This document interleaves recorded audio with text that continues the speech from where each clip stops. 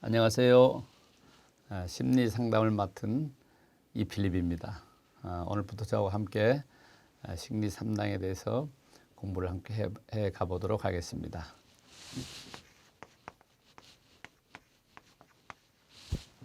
첫 번째 강의가 되겠습니다.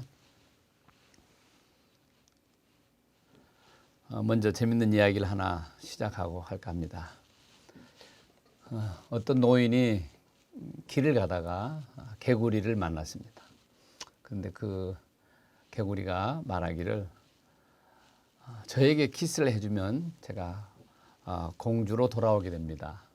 제가 마술에 걸려서 지금은 개구리지만 원래는 제가 공주였습니다. 그래서 저에게 키스를 해주면 다시 공주로 돌아가게 되는데 그러면 저하고 한평생 행복하게 아름답게 살 수가 있습니다. 이렇게 말하는 거였습니다. 그래서 그 노인은 그 말을 듣고 여러분 같으면 어떻게 하시겠어요? 그런데 그 노인은 그 말을 듣고 개구리를 그만 주머니에 넣어버리는 거예요. 그래서 개구리가 깜짝 놀랐어요. 아니 왜 저를 주머니에 넣습니까? 저에게 키스해주면 예쁜 공주 한평생을 살 텐데 이렇게 말하는 거였습니다. 그때 노인은 이렇게 말했습니다.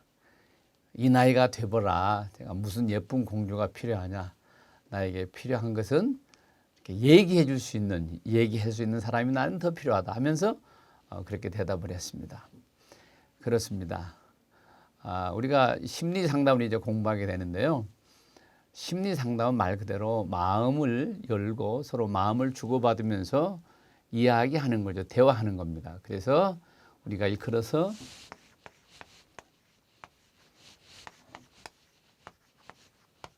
심리 상담입니다.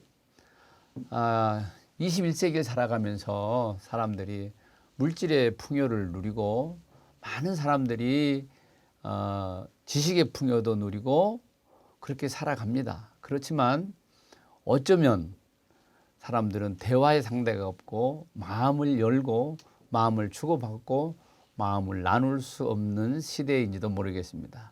IT가 발달해서 SNS를 통해서 전 세계에 흩어져 있는 사람들하고 커뮤니케이션 할 수 있고 대화를 할 수 있지만 진정으로 내 마음을 열고 서로 대화할 수 있는 사람은 그렇게 많지 않는 것 같습니다.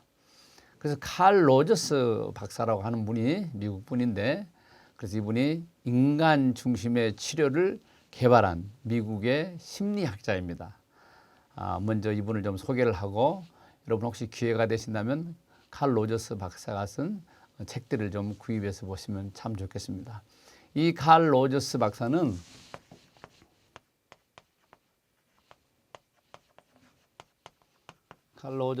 좀 소개를 하겠습니다. 칼 로저스 박사는 콜롬비아 대학에서 교육대학원에 입학하여 1928년에 석사학위를 받고 1931년에 박사학위를 받았습니다. 1940년 오하이오 주립대학 교수가 되었고 1942년에 두 번째 저서인 Counseling and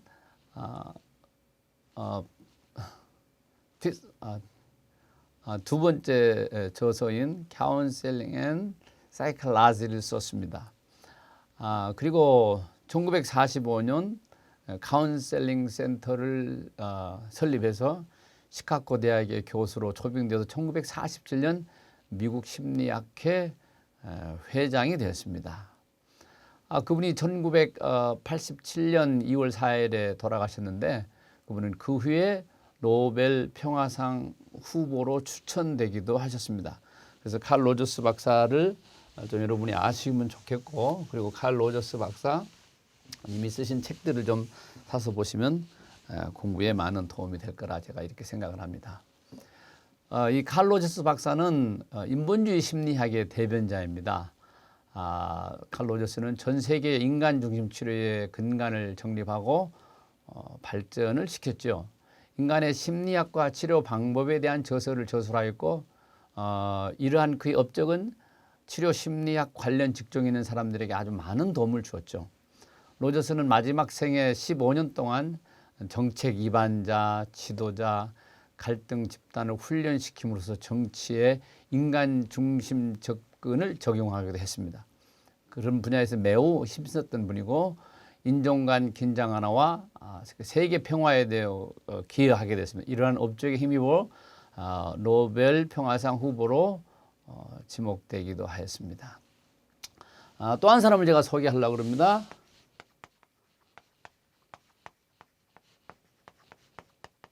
존 브래드쇼입니다. 이분은 중독 치료와 역기능적 가족을 회복시키는 일에 평생을 연구해온 학자입니다. 또한 그는 가족 치료사이며 내면아이 치료 전문가이죠. 그분은 원래 이제 신부가 되기를 위해서 캐나다에서 공부를 하기도 했었습니다. 그래서 토론토 대학에서 신학과 심리학과 영성학 그 분야에서 3개의 학위를 그분은 받기도 했습니다. 미국의 PBS 교육방송 텔레비전 인간 성장의 8단계 이런 것들을 진행했고 대중 강연자로서도 매우 훌륭하게 활동을 했습니다. 그리고 가족 치료와 내면 아이 치료라고 하는, 여러분 내면 아이 치료라는 것을 많이 들어보셨는데 이 존 브래드쇼가 그것을 매우 많이 추창하고 가르치기도 했습니다. 그래서 가족을 회복시키는 일에 20년 넘게 이분이 일을 했습니다. 이분이 저서로는 가족이라는 책 여러분 시중에서 많이 만나보셨을 겁니다. 가족. 그다음에 또 이런 책이 있습니다. 수치심의 치유. 그리고 또 한 가지는 상처받은 내면 아이 치유.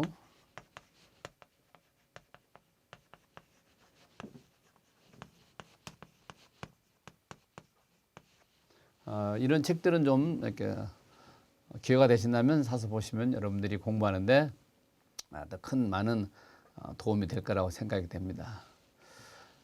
이제 우리가 상담학을 공부하게 되는데 첫 번째 상담이 뭔가 좀 한번 살펴보도록 하겠습니다. 상담이란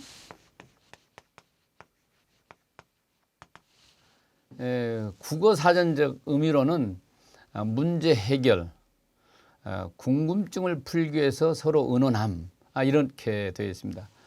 자, 첫 번째로 문제 해결을 위해서 서로 의논한다. 두 번째로는 상업상 거래를 위한 대화다. 상업적인 거래를 위해서도 이렇게 우리나라 국어 사전에서는 이런 두 가지 의미로 쓰고 있습니다.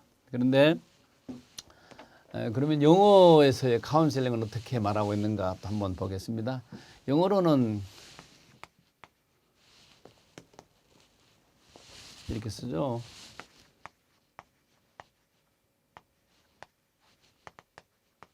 영어로는 카운셀링이라고 씁니다.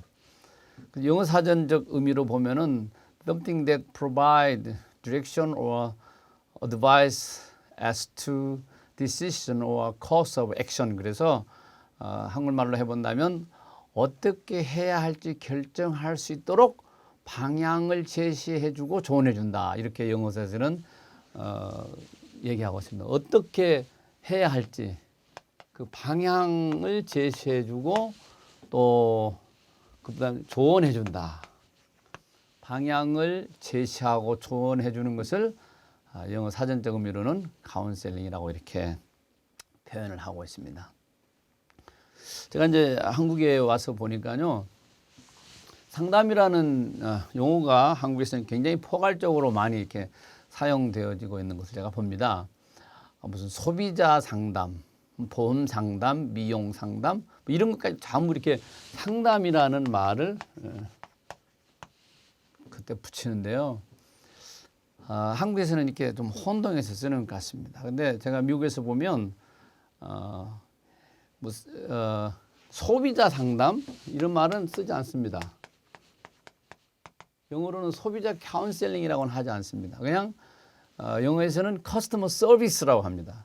그래서 상담이라는 말을 많이 쓰지 않고 이게 서비스라는 말을 쓰는데 우리는 소비자도 뭐 상담을 해준다 이렇게 쓰고 있는 걸 제가 보는데요. 소비자는 서비스 해주는 것이지 소비자는 카운셀링 해준다 그러면 꼭 맞는 말은 좀 아닌 것 같습니다.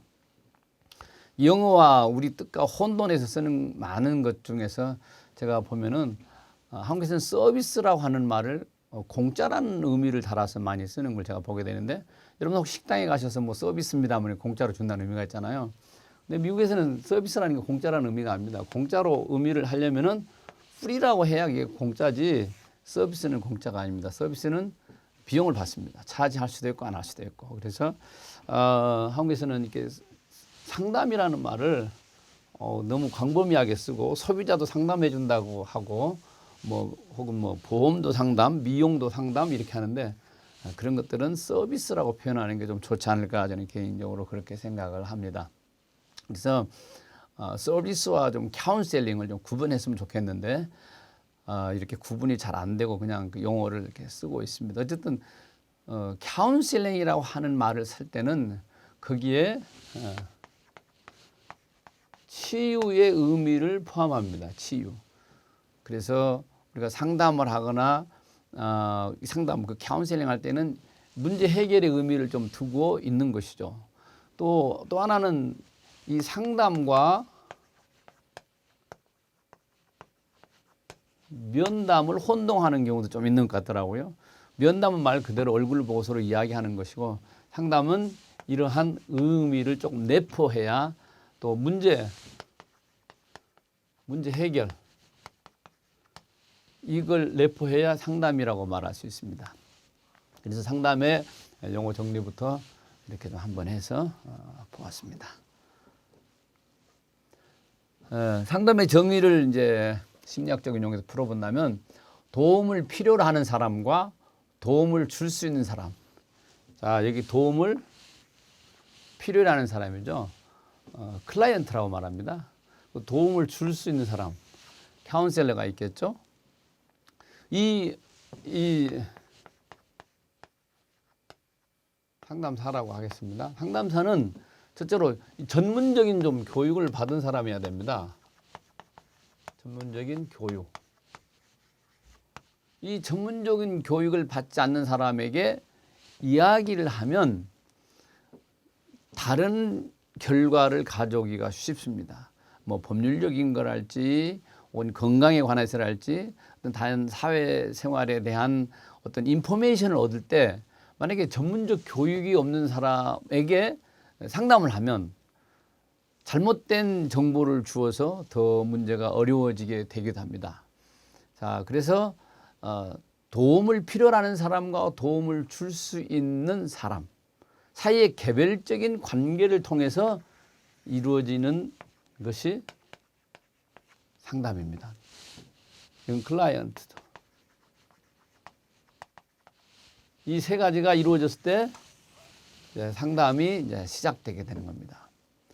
그래서 이 정의는 지나치게 포괄적이기 때문에 상담의 특수성을 명백히 제시하지 못한다는 그런 제한점이 있지만, 그러나 상담의 일반적인 목표와 의미를 제시하면은 충분합니다. 부족함이 없죠.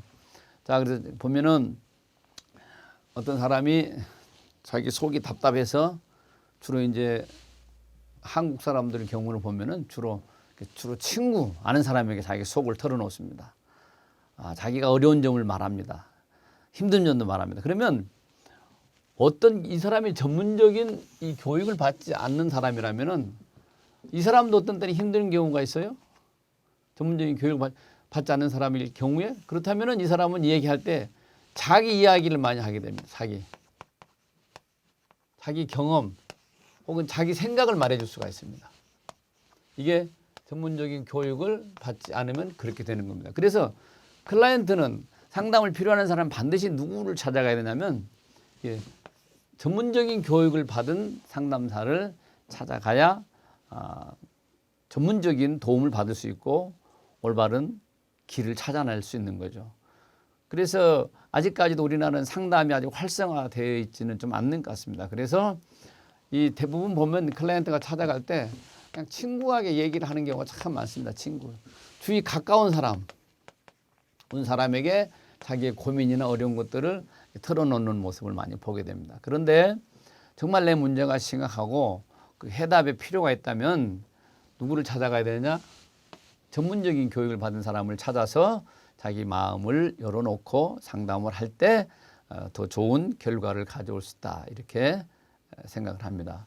제가 여기 영상을 하나 준비했는데 이 영상을 잠깐 보시고 계속해서 강의를 하도록 하겠습니다. 他这样自己摇来摇去就可以了。他没办法自己摇啊。不要从那边。他害死他。对啊。他想办法要帮他推。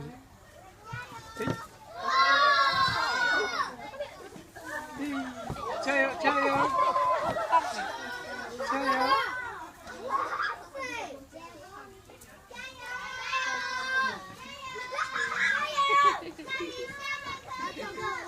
再推一下。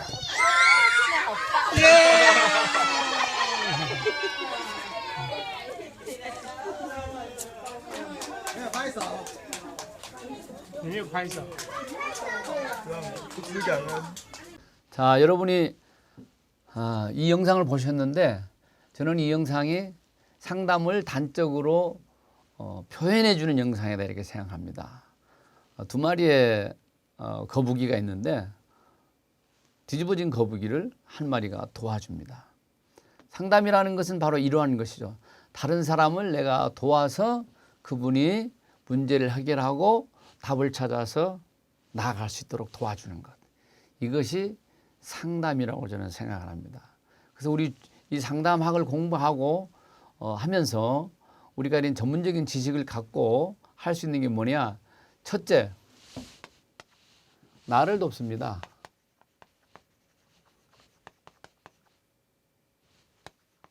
두 번째, 다른 사람을 도와줄 수 있습니다. 그래서 상담을 공부하면 참 좋은 점이 내가 이런 문제가 있을 때 어떻게 내가 그 문제를 해결하고 그 문제를 풀어나갈 수 있는가를 생각하게 되고 두 번째는 또한 남을 도울 수 있는 상담학을 공부하는 여러분들은 첫째로 다른 사람을 돕기 위한 의미로 아마 공부를 할 것입니다. 그러나 다른 사람을 돕기 이전에 그 상담을 통해서 심리 상담을 통해서 내가 먼저 도움을 얻어야 됩니다. 그래서 내가 치유돼야 됩니다. 이것이 아주 좋은 경험일 수 있습니다. 그러므로 이런 과정을 먼저 거칠 필요가 있죠. 저는 그렇게 생각합니다. 지구상에 살고 있는 모든 사람들은 누군가가 다 상처가 있습니다. 마음에 어려운 문제들이 있죠. 하나도 없는 사람은 없다고 생각합니다. 다만 그게 적냐 많냐 깊냐 옅으냐 이런 문제를 가지고 있을 뿐이지 모두가 다 상처는 있습니다. 사람이 피부에 난 상처, 몸에 난 상처는 2주일이 되면은 아물기 시작합니다. 그런데 사람의 마음에 난 상처는 2주에 아물 수도 있고 하루에 아물 수도 있고 20년이 갈 수도 있고 200년이 갈 수도 있습니다. 육체의 상처는 시간만 가면 아물지만 여기 마음에 난 상처는 어떤 때는 아무리 많이 시간이 흘러도 낫지 않을 수 있습니다. 그래서 이것을 일컬어서 마음의 상처가 많게 되면은 내면 아이 치유라는 또 말이 나오죠. 그래서 내면에 있는 상처를 치유하는 것 굉장히 중요하게 됩니다. 사람은 이 마음의 상처를 치료하지 않으면 이것은 계속 진행됩니다. 그래서 우리가 마음의 상처를 치유하고 마음의 건강을 회복할 수 있는 것 무엇을 통해서 그렇게 할 수 있냐면 좋은 상담가를 만나서 상담을 통해서 치유받습니다. 이걸 그래서 뭐라고 하냐면 이제 치유 상담이라 이렇게 일컫기도 합니다. 오늘 여러분이 이 심리 상담 강의를 통해서 먼저는 우리 자신이 좀 치유되고 그 다음에 그런 치유의 경험과 치유의 전문성을 이제 학문적으로 공부를 해서 남을 도울 수 있고 남도 치유될 수 있는 그러한 공부가 계속됐으면 참 좋겠습니다. 오늘 강의는 여기까지 마치겠습니다.